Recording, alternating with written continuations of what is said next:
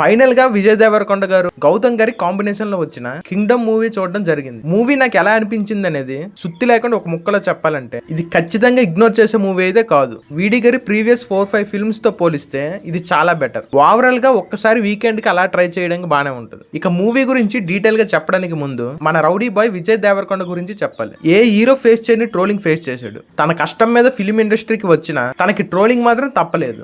Previous 4-5 films back to back flop అయినా తన craze మాత్రం ఏ మాత్రం తగ్గలేదు అనేది మళ్ళీ ఈ మూవీతో ప్రూవ్ అయ్యింది. ఇక మూవీ గురించి డీటెయిల్ గా చెప్పాలంటే చాలా మంచిగా స్టార్ట్ అయిన మూవీ సెకండ్ హాఫ్ వచ్చేసరికి చాలా ఫ్లాట్ గా బోరింగ్ గా ఎండ్ అయ్యింది. Story wise excellent, music wise excellent, Vijay Deverakonda garu కూడా బాగా చేశారు. కానీ ఒక్క సెకండ్ హాఫ్ మాత్రం చాలా స్లో నరేషన్ అయింది. కొన్ని సీన్స్ చాలా లాగ్ అనిపించాయి. సెకండ్ హాఫ్ లో ఒక మేజర్ సీన్ వస్తుంది, చాలా వెయిట్ ఉన్న సీన్ అది. అక్కడ నువ్వు ఎంత ఎలివేట్ చేసినా జనాలు కన్విన్స్ అవుతారు. అలాంటి వెయిట్ ఉన్న సీన్ అది. కానీ నార్మల్ గా ఎటువంటి అడావిడి లేకుండా సాదా సీదాగా తీశారు. అక్కడ మాత్రం అందరూ చాలా డిసప్పాయింట్ అవుతారు. ఆ సీన్ దగ్గర కానీ ఒక మంచి ఫైట్ పడి ఉంటే ఇంత మిక్స్డ్ ఫీలింగ్స్ వచ్చేవి కాదు. అందరూ థియేటర్ నుండి ఒక హైలో వచ్చేవారు. అనిరుద్ మ్యూజిక్ లో కూడా మంచి హైప్ ఉంది. కానీ ఆ మ్యూజిక్ కి తగ్గట్టు సరైన సీన్స్ పడి ఉంటే అదిరిపోయేది. అసలు ఈ మూవీకి మేజర్ గా ఉండాల్సిందే యాక్షన్ సీన్స్.